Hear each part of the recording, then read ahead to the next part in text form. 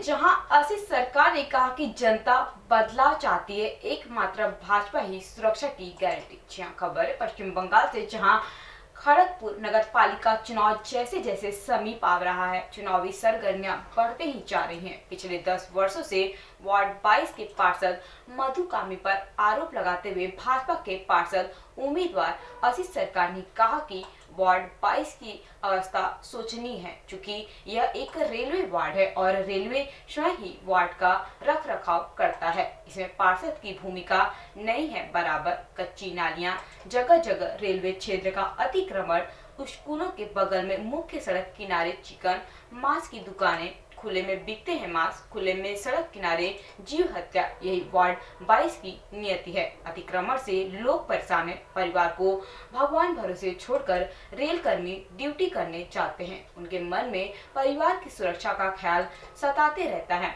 आप बता सकते हैं कि उन्होंने आगे क्या कहा कि बिजली दिलाने के नाम पर खुली लूट, मूलभूत सुविधाएं से वंचित है। लोग अब बदलाव चाहते हैं। देखिए दीपक शर्मा की यह खास रिपोर्ट। चुनाव जो 22 नंबर से आप लड़ रहे हैं, सबसे पहले फास्ट न्यूज इंडिया की तरफ से आपको शुभकामनाएं। सर, आप इस पौरसभा चुनाव में जो खड़े हुए 22 नंबर वार्ड से, इसके बारे में सर आप कुछ बताइए। देखिए, पहले तो मैं आप टीवी चैनल को मैं धन्यवाद देने जाऊंगा कि आपने हमारा इंटरव्यू लेने के लिए सोचा है और इंटरव्यू लेने आया भी है।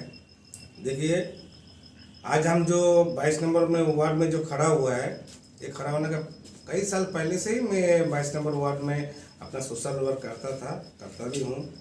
तो मैं देखा कि 22 नंबर वार्ड का दशा जो हमारे पिछले 10 साल का जो काउंसिलर जो है, वो कुछ भी यहाँ अच्छे काम जो होता है वो ऐसा कुछ भी काम यहाँ किया नहीं। सिर्फ आदमी को गलत समझाया, आदमी को गलत विश्वास दिलाया, आदमी को झूठ बोल के यहाँ से जो वोट लेके 10 साल से काउंसिलर बना है। तो हम लोग ने बाद में हमारा जितना हमारा दोस्त लोग है, कार्यकर्ता लोग है जो मेरा पास खड़ा है, तो हम लोग सोचा है कि इस बार हम लोग को बीजेपी की तरफ से टिकट लेके लड़ना है, लड़के वार्ड के लिए कुछ करना है। तो सर, आप इस वार्ड के लिए नया क्या करने चाहेंगे? देखिए, नया बोलने से ये बेसिकली रेल वार्ड है। यहाँ हर जगह मेरा अपना जो चाहूँगा तो करूँगा, ऐसा कुछ बात नहीं है। लेकिन ये वार्ड का बहुत सारा समस्या है। उसमें से मेन जो समस्या है, देखिए हमारी बाजू का एक बूथ है, हमीरगढ़ कॉलोनी जिसको बोला जाता है, वहाँ बहुत सारा घर को रेल का तरफ से जो डैमेज घर को तोड़ दिया गया है और वहाँ करंट का बहुत बड़ा प्रॉब्लम है, पानी का भी बहुत बड़ा प्रॉब्लम है। तो हमारे जो विपक्ष का जो हमारा जो पार्टी है, तो उन्होंने कहीं से करंट का इंतजाम तो किया है, लेकिन वहाँ गरीब को एकदम पूरा, मतलब क्या बोलेंगे आपको, गरीब को एकदम पूरा लूट रहा है बोलने से भारी मात्रा से लूट रहा है। तो हमारा पहले जो काम है वो अम्बेडकर कॉलोनी में फिर से दोबारा हमको करंट ले आना है। और हमने सबको कमेंट किया है कि आने वाले समय में अगर हम यहाँ जीत जाते हैं तो बस्ती में मैं करंट लाऊंगा। तो करंट जब लाऊंगा तो आपका पास हम बिल लेना नहीं आएंगे, आपको डायरेक्ट ऑफिस जाना है। हमारा माँ बहन का सोच का बहुत दिक्कत होता है। यहाँ पर रेल क्वार्टर में भी बहुत सारा प्रॉब्लम है, जैसा कि बरसात का समय में घर से पानी चूता है। यहाँ पर बरसात का समय में नाली जो है नदी बन जाता है।